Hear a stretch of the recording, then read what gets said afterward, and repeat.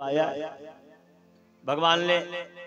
भगवान ने बलराम जी से कहा कि अगर वो समझ जाए तो अच्छी बात है, और नहीं समझता है तो उसको समझाने के लिए चलना पड़ेगा। श्री कृष्ण से निवेदन किया, महाराज राजा पौंड्रुक की यह सूचना है कि प्राणियों पर दया कर केवल एक मैंने ही वासुदेव रूप अवतार किया है। जो संसार में हम प्राणियों पर दया करते हैं और समय समय पर हम पृथ्वी का भार उतारते हैं, वो कृष्ण केवल मैं ही हूं, तुम नहीं हो। ध्यान देना, आप अपना मिथ्याकल्पित वासुदेव नाम छोड़ दें, और अगर आप नहीं छोड़ते हैं तो आपको मुझसे युद्ध करना पड़ेगा। ध्यान रखना, अभिमान जो बस आपने मेरे शंख चक्र आदि चिन्ह धारण किए हैं, ये ठीक नहीं है आपका। पौंड्रुक कह रहा है, कहते महाराज शीघ्र मेरी शरण में आ जाएं, अन्यथा मुझसे बुरा कोई नहीं होगा। ध्यान देना, आहा, पौंड्रुक भगवान श्री कृष्ण को ललकार रहा है, ये शंख चक्राद जो तुमने धारण किया है सब मेरे चिन्ह है, तुम्हारे नहीं। कहते हैं हे राजन, अल्प बुद्धि महामूर्ख पौंड्रुक का ऐसा शब्द अनुचित संदेश सुनकर के उग्रसेन आज सभी सभासद एक साथ जोरों से हंस पड़े। हंसने की बात ही है, हंस पड़े। भगवान ने हास परिहास के बाद दूत से कहा, जाओ तुम उस मूर्ख से जाकर कह देना, जिन मुख से जिस मूर्खों की सलाह से वो मुझे मिथ्या चिन्ह धारण करने की बात कर रहा है, मैं उन चिन्हों को शीघ्र ही उस पर छोड़ने की चेष्टा कर रहा हूं। अगर वो बचा सके तो बच जाए, अगर उसका चिन्ह मजबूत होगा तो मेरे चिन्ह को काट देगा, और नहीं मेरा चिन्ह उसके सिर को काट देगा। उससे बोल रहे ना, बोलो वृंदावन बिहारी लाल की जय। भगवान ने कहा वो अपना चिन्ह भेजे, हम अपना चिन्ह भेज रहे हैं। इस प्रकार से आज जो है अन्यायी साथियों पर छोड़ूंगा, उमर कर उल्टे मुख युद्ध भूमि में गिरेंगे। चील और गधे के समान कुत्ते उनकी मांस को नोच नोच करके खाएंगे, जो उनको सलाह दे रहा है। भगवान कह रहे जाके कह दो भविता शरणम सुनाम, अरे ये सब छोड़ करके मेरी शरण में आ जाए, उसका कल्याण होगा। कहते महाराज तुम उससे जाकर स्पष्ट कह देना कि वो मरने की तैयारी कर ले। भगवान ने दूत ने वहां जाकर अपने स्वामी से अच्छे पूरे सारा समाचार सुनाया। भगवान श्री कृष्ण रथ पर चढ़कर तुरंत काशी के समीपस्थ जा पहुंचे। मिर्जापुर जा पहुंचे। पौंड्रुक भी श्री कृष्ण का ये उद्योग देखकर तत्काल 2 अक्षौहिणी सेना लेकर के भगवान से लड़ने के लिए पहुंच रहा है। ध्यान देना, कहते हैं उसकी सहायता करने काशीराज भी 3 अक्षौहिणी सेना लेकर के युद्ध करने कन्हैया से आ रहे। मैदान में आ डटे भगवान श्री कृष्ण। पौंड्रुक का बनावटी अपने सदृश वेश देख करके बड़े जोर से हंस पड़े। बड़ा बढ़िया नाटक किया है भाई तुमने, बहुत अच्छा है। कहते उसी समय शत्रुओं ने भगवान पर नाना प्रकार के अस्त्र शस्त्र फेंकना शुरू कर दिया। कहते भगवान ने चक्र द्वारा बड़े लाघव से क्षण मात्र में शत्रुओं की सेना काट डाली। तब पौंड्रुक जब सामने आया तो कहते हैं पृथ्वी पर बिछा दी। अंतर 30 बाणों से पौंड्रुक को विरत कर चक्र से उनका सिर भी काट डाला। पौंड्रुक के पहले 4 हाथ काटे जिसमें शंख चक्र था। फिर पौंड्रुक से कहते हैं कि अब सावधान हो जाओ, अब मैं तुम्हारा गला काटूंगा। बोलो वृंदावन बिहारी लाल की। इस प्रकार से पौंड्रुक का अहंकार, झूठा मिथ्या अभिमान जीव को कभी नहीं करना चाहिए, नाश का कारण बनता है। कहते हैं इस प्रकार से रूप रंग बना करके भगवान से युद्ध करना, अपशब्द बोलना परमात्मा को एक दिन अपने ऊपर ही घातक हो जाता है। पौंड्रुक मारा गया। पौंड्रुक को समाप्त करके निकली हुई जो ज्योति है सबके देखते देखते परमात्मा में लीन हो गई। बोलो भक्तवत्सल भगवान की जय। अरे भरतलाल जी इधर तो आओ प्यारे, इधर आओ। वहीं बैठ गए तो हैं। कहते हैं इस प्रकार से पौंड्रुक का वध किया। पौंड्रुक का वध करके आज जो है इनकी पृथ्वी का भार भगवान ने उतारा। जय श्रीमन नारायण नारायण। अब विराजमान। बैठो बढ़िया प्रेम से। हाँ यहाँ बैठ। कहते हैं आज देखिए भगवान नारद जी दुनिया को समझाते हैं, लेकिन नारद जी आज स्वयं चक्कर में पड़ गए। भगवान की गृहस्थ लीला देखने के लिए नारद जी गए। नारद जी सोच रहे थे कि एक पत्नी वाला व्यक्ति जिसके 4 पुत्र हैं, जिसके 4 पुत्र हों, एक परिवार हो, 5-7 व्यक्ति आज के युग में अगर छोटी मोटी कमाई हो तो पार पड़ना मुश्किल पड़ जाता है। कहते हैं इतनी महंगाई के युग में। और नारद जी ने विचार किया कि छोटे मोटे गृहस्थी कितने परेशान रहते हैं, एक लुगाई वाले, और इनके पास में 16,108 पत्नियां हैं इनकी, जबकि मैंने सब बता दिया तुमको कि इनकी मजबूरी थी भगवान की 16,108, और ये भी बता दिया कि संसार 9 दरवाजे की पुरी है और एक सरोवर है, और इस सरोवर में जीव गोते लगा रहा है और अपने किए हुए कर्मों का कोई पहले कोई बाद में भोग करके और पंच भौतिक शरीर को छोड़कर भगवान के धाम को जा रहा है। कहते हैं इस प्रकार से आज भगवान जो है, भगवान रुक्मिणी भोजन परस के ले आई थी, भगवान भोजन कर रहे थे। उसी समय की बात है कि नारद जी ने सोचा कि चलो चल के देखें इतनी बड़ी गृहस्थी का संचालन ये कैसे कर रहे हैं। नारद जी पहुंचे, रुक्मिणी भोजन लेके आओ नारद आओ, लाओ रुक्मिणी एक थाली और लगा के लाओ। नारद जी आए हैं, ये भी खाएंगे। तो नारद जी के मन में तो खोट था कि मैं खाऊंगा क्या, मैं पहले अगर मौका मिलेगा तो लड़ाई लड़ाऊंगा। नारद का काम है नारद लीला करना, और नारद लीला जब पहले होती है तो भगवान की लीला चालू होती है। अगर ये नारद लीला ना होती संसार में तो कृष्ण लीला हमको देखने को ही ना मिलती। बोलो वृंदावन बिहारी लाल। इसलिए मैं आपसे कह रहा हूं कि सब जगह पहले नारद लीला हुई है, तब कृष्ण और रामलीला हुई है। रामलीला बिना नारद लीला के रामलीला बनी। हर जगह नारद जी ने ही भगवान को उद्बुद्ध किया है। जो भी कुछ मिला हमको संसार में वो नारद जी की कृपा से ही मिला। आज नारद जी, इसीलिए नारद क्यों कहा गया कि नार नाम अज्ञानता को रद्द करने वाले, व्याकरण में नार शब्द अज्ञानता को रद्द करना, नार रद्द, जो अज्ञानता को रद्द करके ज्ञान रूपी प्रकाश को हृदय में स्थापित करे, उसी का नाम है नारद। रुक्मिणी के कक्ष में पहुंचे, भगवान तो सब समझते हैं।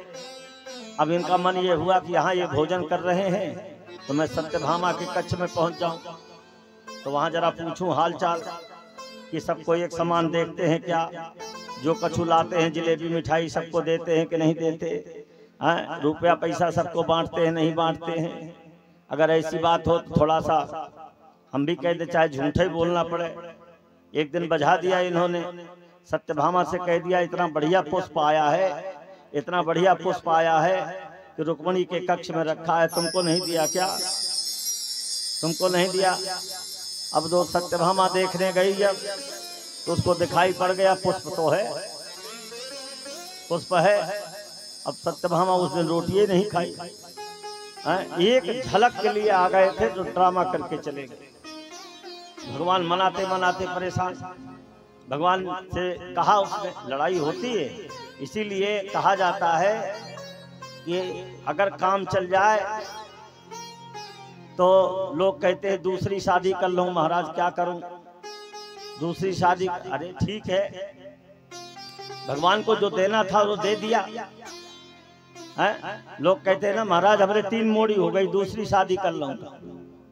अरे तुम दूसरी कर लोगे तो गारंटी है कि मोड़ा हो जाएगा, हो सकता बात से 6 मोड़ी हो जाए, तो चौथी करोगे क्या है। राम जी को जो देना था वो दे दिए, परमात्मा उसी में संतोष करना चाहिए, संतोष करना चाहिए। लेकिन आदमी जब इस प्रकार से करेगा तो लड़ाई तो है ही, मूड के बाल नोच जाएंगे। कहते महाराज भगवान ने कहा सत्यभामा ये फूल इंद्र लेके आया था रुक्मिणी को देखने के लिए। जब आया था रुक्मिणी, पहली शादी जब मैंने किया था तो इंद्र आया था कि मैं रुक्मिणी का मुंह देखूंगा। आप शादी करके आए तो पुष्प लेके आया था, उसने भेंट में दिया था रुक्मिणी को। अब मैं उससे ला करके तुम्हें दे दूं तो जितने नाराज तुम हो उससे ज्यादा नाराज वो होगी। तो मैं यही करता रहूंगा कि तुम्हें मनाऊं कि बाय मनाऊं, कि बाय मनाऊं, कि बाय मनाऊं। बोले बारे नारद, क्षण मिनट के लिए आकर के वो लीला बना गए हैं। तो बोले तू रुक्मिणी शांत रह, सत्यभामा शांत रहे। मैं एक दिन ऐसा समय आएगा कि मैं तेरे आंगन में कल्प वृक्ष ही गाड़ दूंगा लाकर। बोलो वृंदावन बिहारी लाल की। तब सत्यभामा को भौमासुर को मारने के लिए जब ले गए थे तो सत्यभामा को साथ में इसीलिए लेके गए थे कि इंद्र का काम करने के लिए जा रहा हूं और इंद्र का काम करके लौटूंगा तो इंद्रपुरी से होते हुए कल्प वृक्ष लेकर के आऊंगा और ला करके तेरे आंगन में गाड़ दूंगा। इस संसारिक लीला से भगवान नहीं बचे तो इंसान कैसे बचेगा। नारद जी पहुंच गए और नारद जी भगवान से कहते नहीं आप तो प्रसाद पाओ, मेरा पड़ोस में थोड़ा काम है। भगवान ने कहा पड़ोस 9 लाख बंगले एक लाइन से बने हैं, यहाँ पड़ोस है ही नहीं है कोई, यहाँ सब पूरा मेरा ही खानदान है। अब तुम जाना चाह रहे हो तो चले जाओ अपने मन में। भगवान ने कहा हाँ नारद जी निपटा लो जब तक मैं भोजन कर लूं। सत्यभामा के कक्ष में गए तो वहां सत्यनारायण भगवान की कथा सुन रहे बैठ। भगवान एक ही देहली नागे तो सत्यनारायण भगवान की कथा। आओ नारद, कोई प्रसाद लेवे वारो ना है, आज चरणामृत लेवे वारो ना है। तुम बढ़िया मौके पे आ गए, हमने सोचा एक छोटा सा प्रोग्राम कर ले। भगवान ने कहा इतनी जल्दी भोजन तो नहीं हो पाया होगा, और ये यहाँ सत्यनारायण भगवान की कथा। तो फिर बोले आप तो अपना काम निपटाओ, मेरा थोड़ा पड़ोस में काम है। दूसरी दिल्ली पर जब पहुंचे तो जाम्बवती के कक्ष में पहुंचे तो भगवान युद्ध करने के लिए जा रहे। नारद तुम ऐसे मौके पे आए कि आज हम तुम्हारे पास 10 मिनट समय नहीं दे सकते, आज मुझे युद्ध करने जाना। इसी प्रकार से नारद जी पृथक पृथक कार्य करते हुए पृथक पृथक स्थानों पर घरों में जब गए तो भगवान को पृथक पृथक कार्य करते हुए देखा। नारद जी देख करके माथा पकड़ करके बैठ गए। गार्हस्थ जीवन में गार्हस्थ लीला भगवान कर रहे हैं। किसके साथ कर रहे हैं? सांसारिक जीवों के साथ कर रहे हैं। भगवान किसान भी बन जाते हैं, भगवान युद्ध करने भी जा रहे हैं, भगवान नाना प्रकार के रूप धारण कर लेते। आज ये देख करके नारद जी के मन में जो शंका थी कि मैंने सबको समझाया, ब्रह्मा को समझाया। एक बार ब्रह्मा जी भी भूल गए थे भगवान को, तो बछड़ों को लाके बंद किया था, उस समय ब्रह्मा को समझाया। इंद्र ने भगवान के ऊपर प्रकोप किया, गिरिराज जी पर प्रकोप किया, तो मैंने इंद्र को समझाया। और आज मेरी ही बुद्धि ऐसी हो गई कि मैं ही भगवान की परीक्षा लेने के लिए चला है। नारद जी को देख के आश्चर्यचकित भगवान जाकर के उनको छाती से लगा लेते हैं। रचना प्रभु के देखकर ज्ञानी बड़े बड़े, पाए न कोई पार तो नादान क्या करे। साधारण मनुष्य भगवान की रचना को देख के कोई समझ नहीं सकता। इसलिए कहते हैं कि नारद जी गृहस्थ लीला देख करके स्वयं आज चक्कर में पड़ गए। कहते हैं इसी प्रकार से आज पांडवों ने भगवान को याद किया। पांडवों ने भगवान को याद किया। भगवान जब पहुंचे तो पांडवों से पूछते हैं भगवान कि आप लोगों ने मुझे क्यों याद किया? बोले हम राजसूय यज्ञ करना चाहते। क्यों करना चाहते हो? राजसूय यज्ञ क्यों करना चाहते हो? बोले इसलिए करना चाहते हैं प्रभु के संसार में कोई आपको परमात्मा भगवान मान करके आपकी पूजा करता है, और कुछ ऐसे लोग संसार में हैं जो अकारण आपसे विरोध करते हैं, आपको गाली देते हैं, अपशब्द बोलते हैं। ऐसे कितने लोग हैं, इस यज्ञ के माध्यम से जानना चाहता हूं। ध्यान देना, यज्ञ के माध्यम से कैसे जानोगे? भगवान पूछ रहे हैं कैसे यज्ञ के माध्यम से कैसे समझोगे? बोले यज्ञ के माध्यम से वास्तव में यज्ञ के माध्यम से आस्तिक और नास्तिक तो पहचाना जा सकता है, इतना अनुभव तो हमको भी हो गया है। बोलो वृंदावन बिहारी लाल की जय। क्योंकि 10-5 यज्ञ दास ने भी करा लिया है, तो कहीं खूब रुपया भी मिला और कहीं खूब गाली भी मिली। बोलो वृंदावन बिहारी लाल की जय। खूब मिला, दोनों चीजें मिलती थी, और काम भी भगवान का खूब हुआ, खूब किया। भैरव जी पे किया, कैलधार पर आज तक करते ही रहे, बहरन पे किया, राजगढ़ में किया, गोलंदाज पे किया, सब जगह जहां जहां पड़ा। और साधारण नहीं किया, लाखों लाखों आदमी भोजन किया। पैसा तो कहीं न कहीं से आता है, कोई न कोई देता है, तो गाली भी सुनने को मिलती है और लक्ष्मी जी की कृपा भी होती है। भगवान तो उन्होंने कहा तुम जानोगे कैसे, युधिष्ठिर से पूछ रहे हैं, पहचानोगे कैसे कि कौन हमको गाली देता है, कौन मेरा विरोध करता है, कौन मेरा समर्थन करता है। बोले यज्ञ करूंगा, उस यज्ञ में सब जगह निमंत्रण भेजूंगा यज्ञ से पहले, और एक मीटिंग करूंगा, उसमें साधु महात्मा, बड़े बड़े राजे महाराजे, गरीब अमीर, सबको एकत्रित करके उस सबके सामने मैं एक प्रश्न रखूंगा कि इसमें अग्र पूजा किसकी की जाए।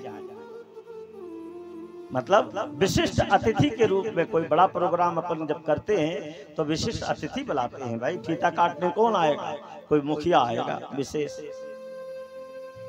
तो उसी में ये प्रश्न रखा जाएगा कि इसका फीता कौन काटे, यज्ञ का शुभारंभ कौन करे। तो अगर भगवान का समर्थन, उस समय कृष्ण भी वहां रहेंगे,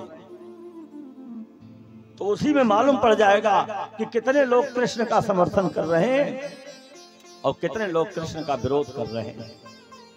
भगवान ने कहा चलो बात तो ठीक है, पृथ्वी का भार हम उतारने के लिए आए थे, और ऐसे कितने और बचे हैं, इससे छटनी तो हो ही जाएगी। चलो इतने में नारद जी पहुंच गए। नारद जी ने कहा कि अभी जरासंध का वध नहीं हुआ, जब तक जरासंध का वध नहीं करोगे तब तक आप यज्ञ संपन्न नहीं कर सकते। क्यों? तो वो विघ्न डाल देगा, अवतारी पुरुष है, करने नहीं।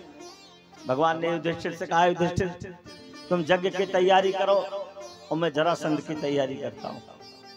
भगवान अर्जुन को साथ में लेकर के, भीम को साथ लेकर के गिरिव्रत राजधानी पहुंच रहे। गिरिव्रत राजधानी में शंकर जी की वो पूजा करता है, तो ये तीनों देवता बन करके अपने क्षत्रिय वेश को उतार करके, और इन्होंने साधु वेश धारण कर लिया। साधु वेश में जब वहां पहुंचे तो वो निकला, एक बार तो पहचान नहीं पाया, और इनसे पूछा कि आप लोग कौन हैं। बोले हम लोग अतिथि हैं। अतिथि देवो भव। अगर कोई अतिथि कह दे कि हम भैया आपके परिचित तो नहीं है, हम आपके अतिथि मान लो आप हमें, तो अतिथि मान के एक गिलास पानी पिला दो।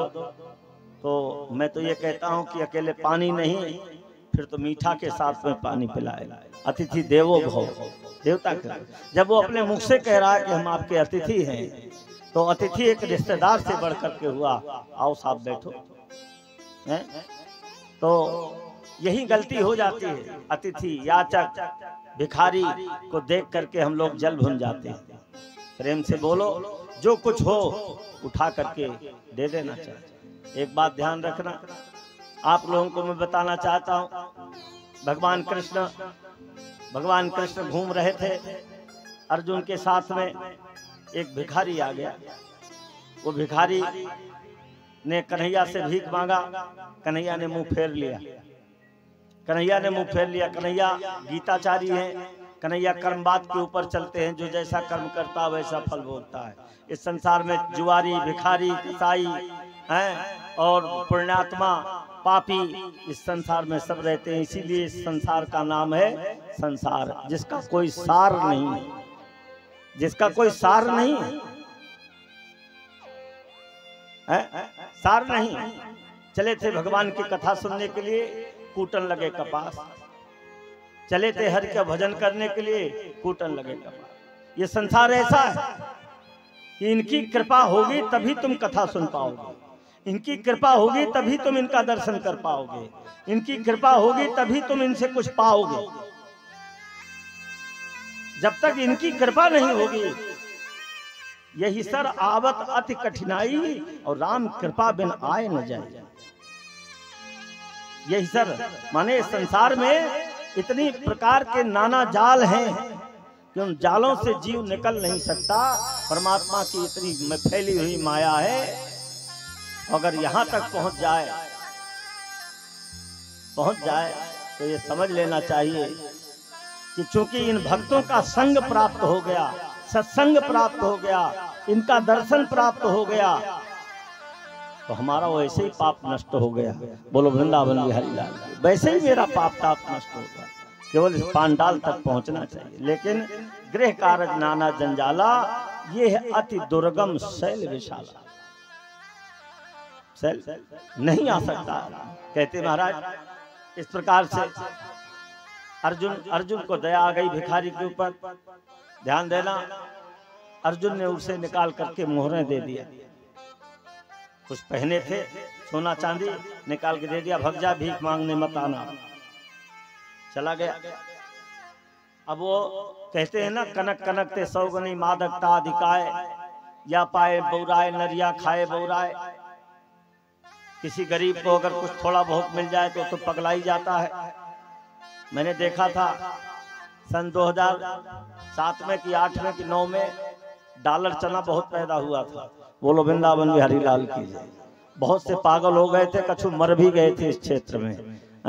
इतना डॉलर पैदा हुआ था कि बेच बेच के पगलाए गए थे सब। तो इस प्रकार से भगवान जब देता है तो 76 खप्पर फाड़ के देता है। आज जो है ये दे दिया, उसको देखता हुआ जा रहा है। अब डाकू लोग देख रहे थे